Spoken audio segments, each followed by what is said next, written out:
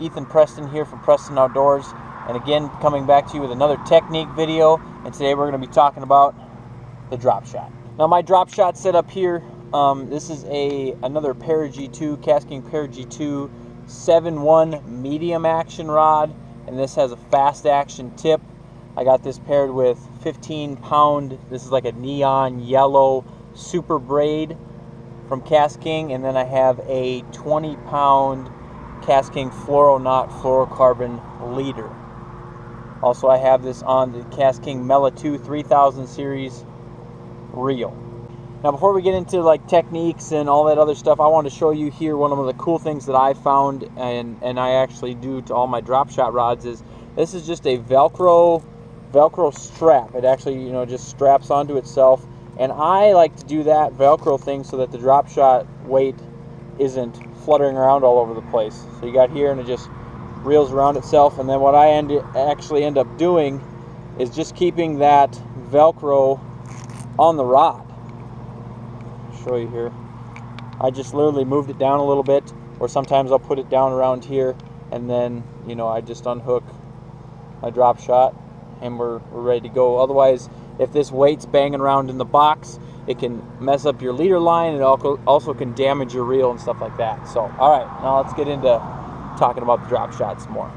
And since this is specifically my drop shot rod, I have about a 6 to 7 foot that fluorocarbon leader on here, just because I know if this tag line gets damaged, I can quickly retie. If the hook above the hook line, the leader, gets damaged, I have plenty of line on here to where I'm not having to switch line all the time. So right here I want to show you guys my braid to fluorocarbon knot that I tie. So you can see it's a real small knot to where it'll go through the guides of the spinning reel. Really good to make long casts, and it'll also come back through really nice. And this is called the FG knot. You guys can look that up. I have a video on my channel or anywhere else on YouTube.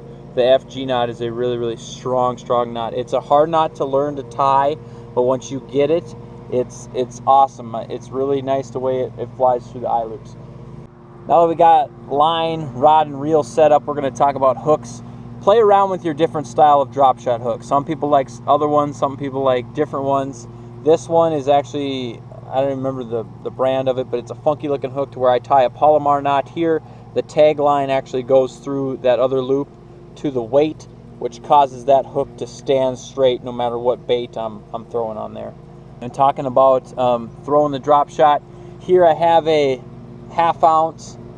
This is a tungsten pencil weight, they call it, with a grip keeper there, the way you just slide and pinch your line in there.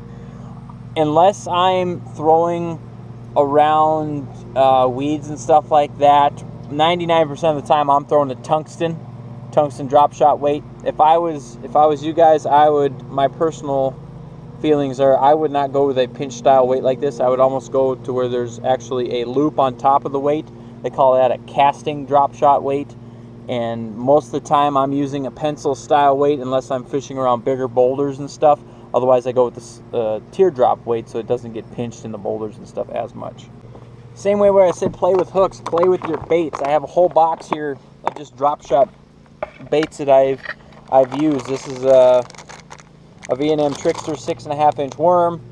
I caught my personal best bass in Texas on that.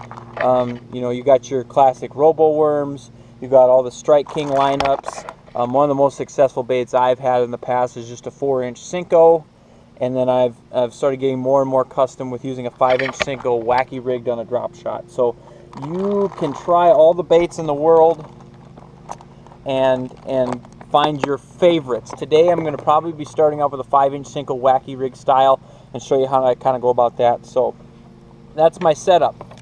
This is everything that I have, from weight to hook, line, reel, rod, all that stuff. So let's go see if we can find some fish. And then you set the hook. You don't jack on the hook because you got a small hook here. And then put your finger, kind of what I've been experimenting with, because you want a lighter drag for fish to pull line, to fight, because you want to rip this hook out of their mouth. But you also want a good hook set. So what I've been doing is actually pulling my finger and holding it like this, set the hook, And then as soon as I set the hook, I let go and then let the light drag do its thing on the fish. So we'll see if we can get something here.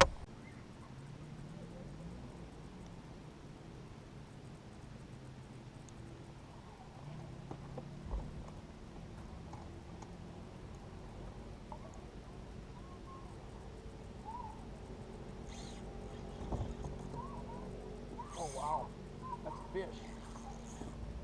Oh wow.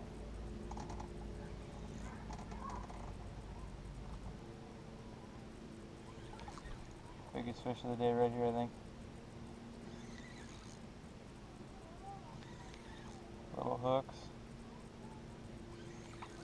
Don't let him jump. That's dangerous.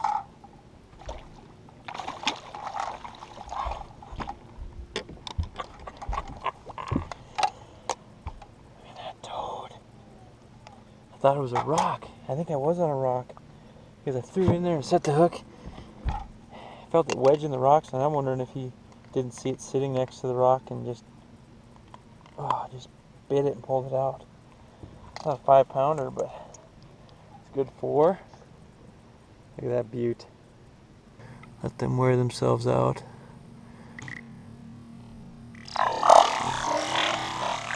There we go.